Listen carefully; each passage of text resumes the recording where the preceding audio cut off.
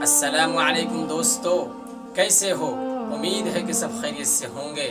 اللہ آپ لوگوں کو ایسے ہی خوش رکھے۔ آج میں آپ لوگوں کو ایک بہترین سبق آموز قصہ سنانے جا رہا ہوں۔ چین کے ایک بادشاہ کو ایک انگریز پر کسی بات پر غصہ آ گیا تو بادشاہ نے اس انگریز کو قتل کرنے کا حکم دے دیا کہ اس انگریز کو قتل کر دو۔ انگریز نے دیکھا کہ اب میری جان جانے والی ہے تو وہ بادشاہ کو انگریزی زبان میں گالیاں دینا شروع کر دیا اور بہت برا بھلا کہا۔ بیچارہ مرتا کیا نہ کرتا،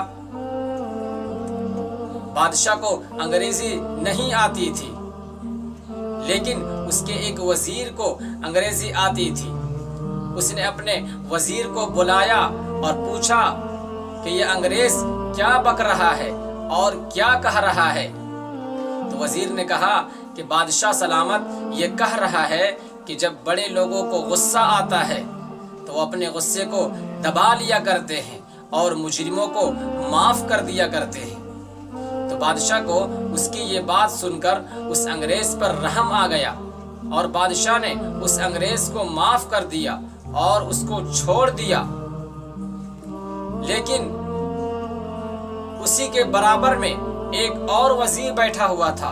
اس نے کہا کہ بادشاہ سلامت، ہم آپ پہ نمک کھاتے ہیں، ہماری رگ رگ میں وفاداری بھری پڑی ہے، ہم کبھی بے وفائی نہیں کرتے، ہم بادشاہ سلامت سے کبھی نمک حرامی نہیں کرتے، جو بات ہے اس کو ٹھیک ٹھیک بتاتے ہیں۔ دراصل بات یہ ہے کہ یہ انگریز آپ کو گالیاں دے رہا تھا انگریزی زبان میں۔ بادشاہ نے کہا کہ تمہاری عزت سے وہ جھوٹ بہتر ہے، کیونکہ جو سچ فتنہ اور فساد برپا کرنے والا ہو،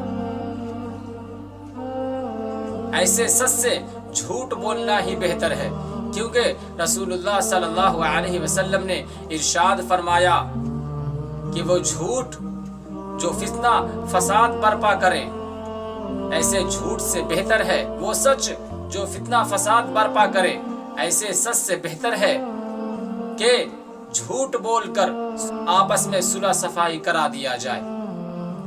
دوستو، سچ بولنا ایک اچھی عادت ہے، لیکن ایسے وقت میں جہاں دو آدمی آپس میں لڑ رہے ہوں اور خون کی ندیاں بہہ سکتی ہو اور آپسی معاملہ زیادہ خراب ہو سکتا ہو، ایسے وقت میں شریعت مطہرہ کے اندر جھوٹ بولنے کی بھی اجازت دی گئی ہے۔ السلام علیکم ورحمۃ اللہ وبرکاتہ۔